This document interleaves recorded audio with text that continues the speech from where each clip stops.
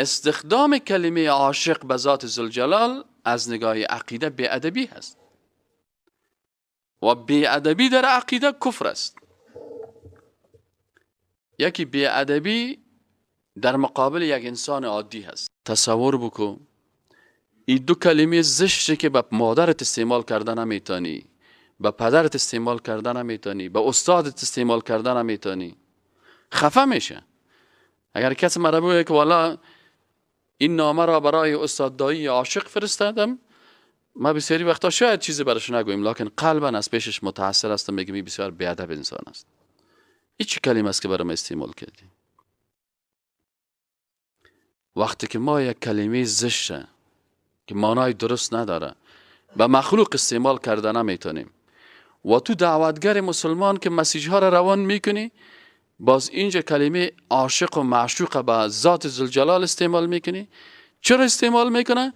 به خاطر ازی که این سیدی درس عقیده را نه خودش شنیده، نه فامیل خود نشان داده و نه در درس عقیده آمده و فقط اینه میخواستم که والا صاحب دین دیگه هر کس که هرچی خواست دیگه. این گپ سرازی است که در توحید صفات الله و نامهای الله که است اینا توقیفی هستند. پس تو حق نداری که صفت جدیدی را برای خالق بغیر از آنچه که در قرآن و سنت آمده. من یک روز کل احادیث و چیزا در مکتبه شامل کامپیوتر است، کلمه عاشق نوشته کردم، هیچ نامده.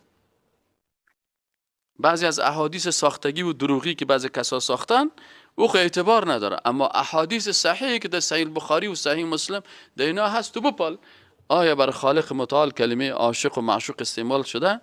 آیا صحابه کرام این کلمات استعمال میکردن؟ یا که ما مریدان رو به سوی کعبه چون آریم، چون رو به سوی خانه خمار دارد پیر ما، بازور تشریح بکنه که والا صاحب منظور از حافظ شب معراج است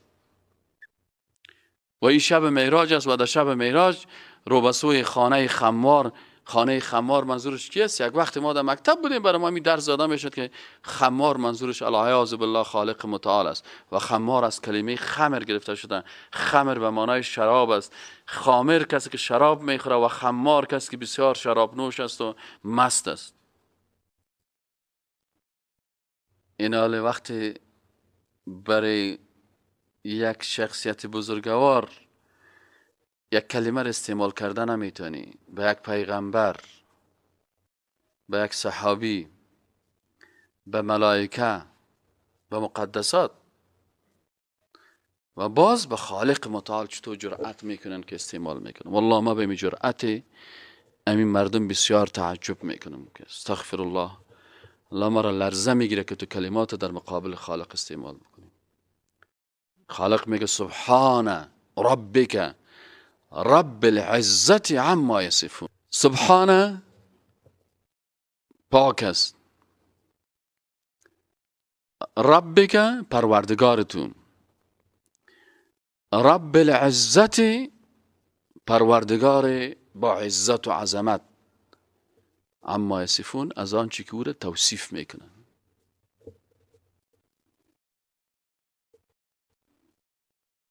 و سلام علی المرسلین چرا میگن؟ میگه و سلام است، سلامتی هست، سلام و رحمت الله باد بالای کی؟ بالای مرسلین. چرا؟ میگه به خاطر ازی که مرسلین پیغمبرا بسیار با ادب بودن، ادب داشتن که آنچه را که خالق خود به او صفت کرده بود امور اکتفا میکردن و از خود زیاد و کم نمیکردن.